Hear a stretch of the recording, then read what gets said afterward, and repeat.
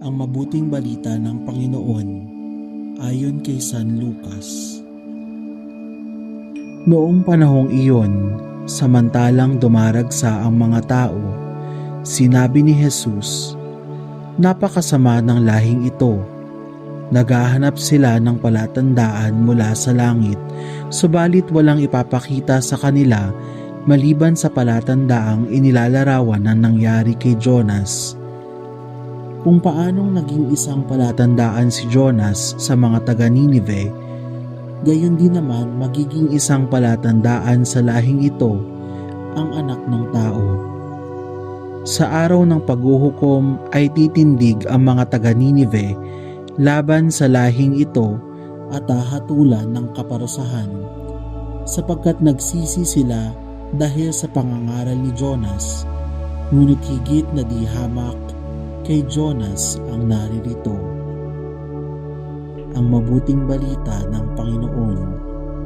Pinupuri ka namin, Panginoong Hesukristo.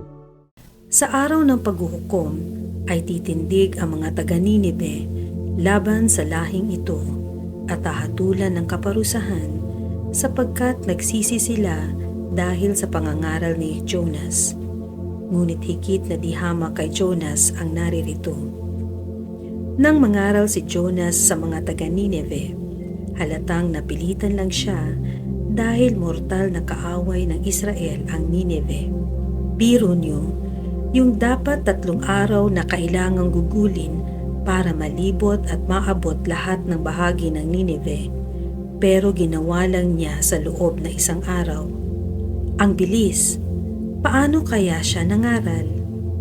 Siguro nagmamadali at walang kabuhay-buhay. Pabor sa Israel kung gugunawin ng Diyos ang kanilang lungsod. Pero sa kabila nito, nakinig ang mga tao at nagsisi. Samantala, sa pangangaral ni Jesus, punong-puno ito ng pagmamahal at malasakit.